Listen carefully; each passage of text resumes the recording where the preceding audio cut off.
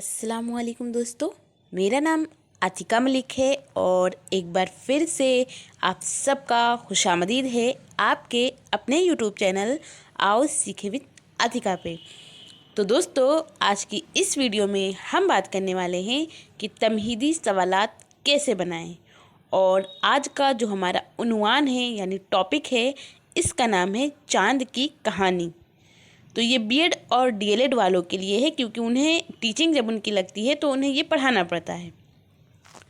तो हम पहले ये समझेंगे कि तमहीदी सवालात होता क्या है। तमहीदी सवालात तलबा की साबका मालूमात, साबका कहते हैं पिछले इल्म को, यानी जो कुछ बच्चे को पता है उसका इस्तेमाल करते हुए सबक के उन्वान यानी कि सबक के टॉपिक तक पहुँचना तमहीद कहलाता है। और तमहीद से ही तमहीदी सवालात बना। तो मौल्लिम की ज़िम्मेदारी है, यानी आपकी, चूँकि आप बीएड या डीएलएड कर रहे हैं और आप टीचर बनने वाले हैं, तो ये आपकी ज़िम्मेदारी है कि तमहीद के ज़रिए तलबा को ज़हनी तौर पर सबक की जानिब आमादा करें। तमहीद के लिए सवाल व जवाब का तरीका इस्तेमाल किया जाता है। तमहीदी सवालात को अगर तरतीब के साथ पूछा जाए तो तलबा बहुत आसानी के साथ उन्वान तक पहुंच जाते हैं। बेसिकली तमहीदी सवालात में हम बच्चों से कुछ सवालात करते हैं। मान लीजिए पहला कोई सवाल आपने बच्चों से पूछा, तो जो जवाब बच्चे ने दिया उसी जवाब से आपको दूसरा सवाल बनाना होता है, और फिर जब दूसरे का जो जवाब देते हैं उसी जवाब से आपको तीसरा सवाल बनाना होता है। तो ये थोड़ा डिफ़िकल्ट होता है। और फिर जिस उन्वान को हमें पढ़ाना होता है उसका नाम हम बच्चों के मुंह से निकलवाते हैं।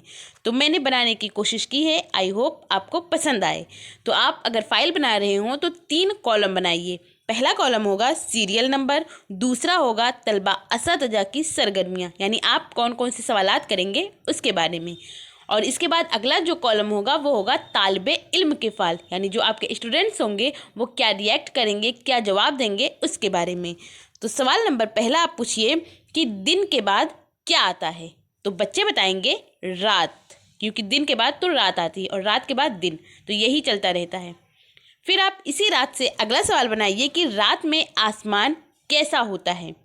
तो बच्चे बताएंगे काला, क्योंकि बिल्कुल काला आसमान हो जाता है जब अंधेरा होता है, रोशनी नहीं होती है, क्योंकि दिन में तो सूरज निकलता है, लेकिन जब रात होता है तो वो काला हो जाता है बिल्कुल। तो फिर अगला सवाल पूछिए कि काले आसमान में हमें क्या क्या दिखाई देता है।